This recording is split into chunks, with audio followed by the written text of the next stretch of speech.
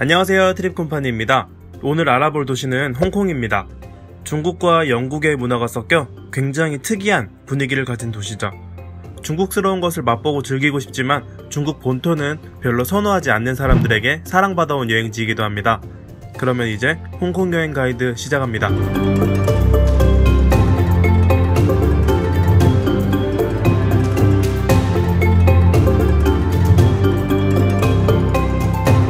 홍콩은 비행기로 인천공항 기준 3시간 30분 만에 도착하며 시차는 한국보다 1시간 느립니다.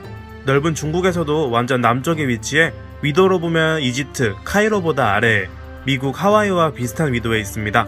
동아시아에서 손꼽히는 금융과 물류의 중심지로 중국 본토와는 아주 다른 특이한 분위기를 가지고 있죠. 비슷한 분위기의 여행지를 따지면 싱가포르 정도일까요? 인구는 739만, 면적은 1106제곱킬로미터로 서울 인구의 약 85%, 서울 면적의 약 180% 정도 됩니다. 하지만 관광객이 대부분의 시간을 머무는 도심은 구룡반도 남부와 홍콩섬 북부로 한정되기 때문에 실제로 여행하면 그렇게 넓다고 느껴지진 않아요. 좁은 홍콩의 도심에는 널찍한 도로는 별로 없고 작은 골목길이 거미줄처럼 뻗어 있습니다. 또 네온사인 간판이 아주 많아 도시 자체가 하나의 거대한 포토스팟이죠. 홍콩 한자 표기는 이렇게 생겼고요. 한국식 발음으로는 향항이에요.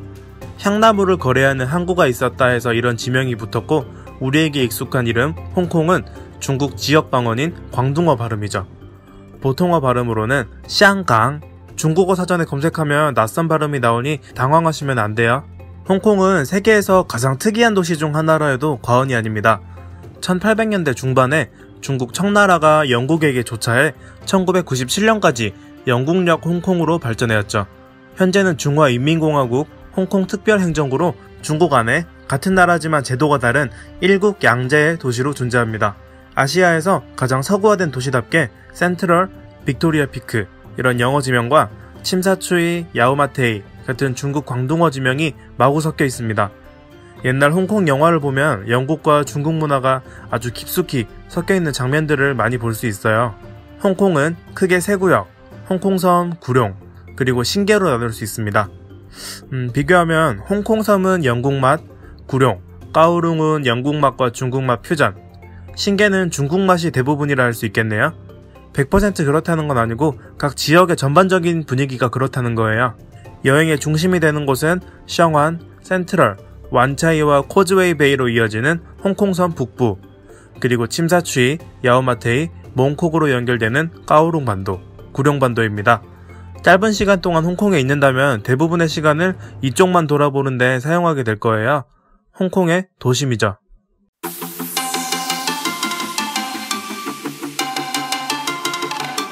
먼저 소개할 곳은 센트럴과 샹완입니다. 랜드마크 IFC, 관람차, 특이한 모습으로 사람들 머리에 남아있는 중국은행 타워 모두 여기에 있어요. 애플스토어나 많은 홍콩 배경 영화에서 빠지지 않는 세계에서 가장 긴 에스컬레이터 미드레벨 에스컬레이터도 이쪽에 있고요. 클럽거리로 유명한 랑콰이퐁도 마찬가지입니다. 말 그대로 홍콩의 심장이에요. 유명한 것을 하나하나 이름을 나열하려면 정말 끝이 없을 겁니다. 또 인지도가 그렇게 높진 않지만 어렴풋하게 들어보신 할리우드 로드도 이 지역에 있어요. 여기서부터 여기까지 이어진 길인데 미국의 할리우드와는 전혀 관계가 없고요. 오히려 여기가 이름으로는 먼저입니다. 1844년부터 사용되었다니까요. 영국 총독 고향 이름을 땄다는 설과 할리우드, 즉 호랑가시 나무가 많아 그렇게 이름이 붙었다는 설 두 가지가 있습니다. 소호가 할리우드 로드 남쪽에 있다는 뜻이에요. 도로가 넓진 않지만 빈티지한 가게들, 부티크, 갤러리와 벽화들이 많아 찍는 사진마다 인생샷이 나오는 곳이기도 합니다. 제가 아주 좋아하는 곳이에요. 이태원과 비슷한 클럽거리 랑콰이퐁도 이 도로의 동쪽 끝에 있습니다. 이쪽은 전체적으로 물가가 비싼 편이에요. 이태원이나 청담 이런 데 놀러가는 가격이라 하면 적당합니다. 빅토리아 피크로 올라가는 트램도 여기서 탈 수 있습니다. 지하철 센트럴역 제2번 출구 혹은 트램 머레이로드가 가깝습니다. 빅토리아 피크에 대한 좀 더 자세한 내용은 다른 영상에서 소개하도록 하겠습니다. 중앙에 있는 완차이는 동쪽의 상업지구 코즈웨이 베이와 서쪽의 업무지구 센트럴 사이에 끼인 지역입니다. 얼핏 보면 뭔가 구경거리가 적어 보이지만 완차이 남쪽에는 완차이 시장이란 게 있어요. 빌딩숲, 사이에 있는 전통시장에서 날 것 그대로의 홍콩을 구경할 수 있습니다. 관광객들이 넘쳐나는 식당 말고 진짜 로컬적인 음식들에 도전해볼 수도 있어요. 물론 그만큼 각오는 해야겠지만요. 동쪽에 있는 코즈웨이 베이는 쇼핑, 이 한 단어로 요약할 수 있겠네요. 타임스퀘어, 하이선 플레이스, 소고백화점, WTC 같은 아주 큰 쇼핑몰들이 많은 곳입니다. 쇼핑몰들에 입점되어 있는 푸드코트 수준도 굉장히 높고요. 쇼핑을 목적으로 홍콩을 들려보지 않아서 제가 이쪽에 대해서 크게 알려드릴 정보가 없네요. 셩안부터 여기 코즈웨이 베이까지가 홍콩 섬의 번화가입니다. 여기보다 더 동쪽에 있는 노스포인트나 차이완은 일반적인 관광객은 잘 가지 않아요. 저렴한 숙소를 찾는다거나 아니면 셰고비치 쪽을 갈 때 지나가게 되죠. 홍콩섬 북부는 산 아래로 가로로 길쭉한 모양입니다. 자연스럽게 동서로 이동하는 횡단 루트가 메인이 되겠죠? 지하철, 홍콩섬선, 아일랜드 라인이 서쪽 끝의 케네디타운부터 동쪽 끝 차이아원까지 길게 이어지고 비슷한 모양으로 트램도 다니고 있어요. 이 2층 트램은 홍콩섬 북부에서만 운행하는 명물이죠. 멀리 이동할 때 예를 들어 셩안에서 코즈웨이 베이를 간다 이러면 지하철을 타는 게 이득이고요. 그게 아니라 한 애드미럴티 정도까지의 조금 가까운 거리를 이동할 때는 트램을 타는 게 조금 더 편할 거예요. 지하철 탑승하는데도 시간이 은근 오래 걸리거든요. 그리고 무엇보다 트램이 더 재미있고 멋있죠. 해안 쪽이 아니라 언덕 쪽에서 이동할 때는 트램, 지하철 둘 다 노선이 없어 버스를 이용하게 됩니다. 중국 본토와는 다르게 구글맵이 다 찾아주기 때문에 길 찾기 어렵지는 않아요. 가까운 거리고 일행이 2~3명 정도라면 택시 타는 것도 괜찮겠네요. 길이 좁고 골목이 많아서 사람에 따라서는 지도를 보고 길 찾기가 좀 힘들 수도 있어요. 홍콩 섬에서 육지로 이동할 수 있는 루트는 자동차를 제외하면 지하철 2종, 배 2종이 있습니다. 먼저 센트럴에서 출발하는 빨간색 취난선입니다. 침사추이, 조던, 야오마테이 등 까오룽 한복판을 가로지르는 황금 노선이라 지하철로 홍콩섬에서 까오룽으로 이동한다면 대부분 이 지하철을 타게 될 거예요. 센트럴, 애드미럴티 이 두 역에서 홍콩섬선과 환승할 수 있습니다. 두 번째는 홍콩역에서 뚱충선을 타고 까오룽역으로 이동하는 거예요. 이쪽은 까오룽역, 엘리먼트몰 안에 있는 스카이백 전망대에 갈 때 주로 탑승하게 됩니다. 홍콩역과 센트럴역은 거의 근접해 있지만 같은 역은 아니에요. 조금 걸어야 하죠. 바다를 가로지르는 스타페리는 센트럴 북쪽과 완차이 북쪽에서 탑승할 수 있습니다. 여기와 여기에요.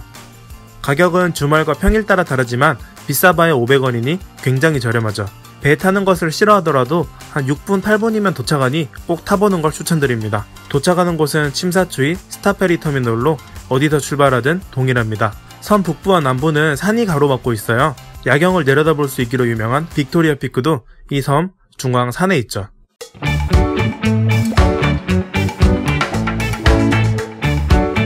홍콩섬 남부는 북부와는 아예 완전 다른 모습입니다. 개발 제한이 걸려 빽빽한 도시라기보단 한적한 휴양지의 모습을 하고 있어요. 가장 동쪽에 셰고비치부터 스탠리, 리펄스, 디버터베이까지 여러 해변들과 고급 아파트들이 이어져 있죠. 서쪽부터 한번 살펴볼까요? 먼저 에버딘입니다. 애드미럴티 역에서 출발하는 홍콩 섬선이 있어 지하철로 접근하기 편리한 곳이에요. 여기 에버딘은 빈부 그리고 과거와 현재가 공존하는 곳입니다. 가난한 수상가옥의 흔적과 고층 아파트들을 한눈에 같이 볼 수 있어요. 유명한 수상 레스토랑 전보가 이쪽에 있고요. 옆에 있는 오션파크는 디즈니랜드와 더불어 홍콩에서 가장 유명한 해양 생태계 테마파크입니다. 크기가 작아 상하이나 도쿄에 많이 밀리는 홍콩 디즈니랜드와 다르게 여기밖에 없다는 희소성도 있어요. 중앙에는 가장 유명한 해변들 리펄스 베이와 스탠리 베이가 있습니다. 딥워터나 기타 등등 덜 유명하고 작은 해변들도 많아요. 리펄스 베이는 산등성이에 보이는 고급 건물들이 인상적인 해변입니다. 별명은 동양의 모나코 몬테카를로라고 하는데 똑같다는 게 아니라 그냥 그런 느낌이 있다는 거예요. 좀 더 아래쪽에 있는 스탠리 베이는 해변 중 가장 유명하고 사람들이 많은 곳이에요. 딱 해변만 있는 게 아니라 스탠리 마켓 같은 시장들도 있죠. 진짜 휴양지인 발리나 코타키나발루 이런 곳과 비교하면 안 되겠지만 선진국 느낌이 풀풀 나는 휴양지라는 점에서 메리트가 있습니다. 유럽을 가보지 않으셨으면 굉장히 이색적일 거고요. 유럽을 갔다 오셨더라도 그 특유의 조금씩 섞인 분위기가 마음에 드실 거예요. 이 스탠리는 해변과 메인 스트리트가 조금 떨어져 있어요. 그래서 모르고 가면 왜 해변이 없지? 할 수도 있습니다. 센트럴에서 오든 코즈웨이 베이 쪽에서 오든 보통 버스를 타고 내려오게 됩니다. 동쪽에는 셰거비치가 있습니다. 붙어있는 드래곤스백에서는 3-4시간 정도의 가벼운 트레킹을 즐길 수도 있습니다.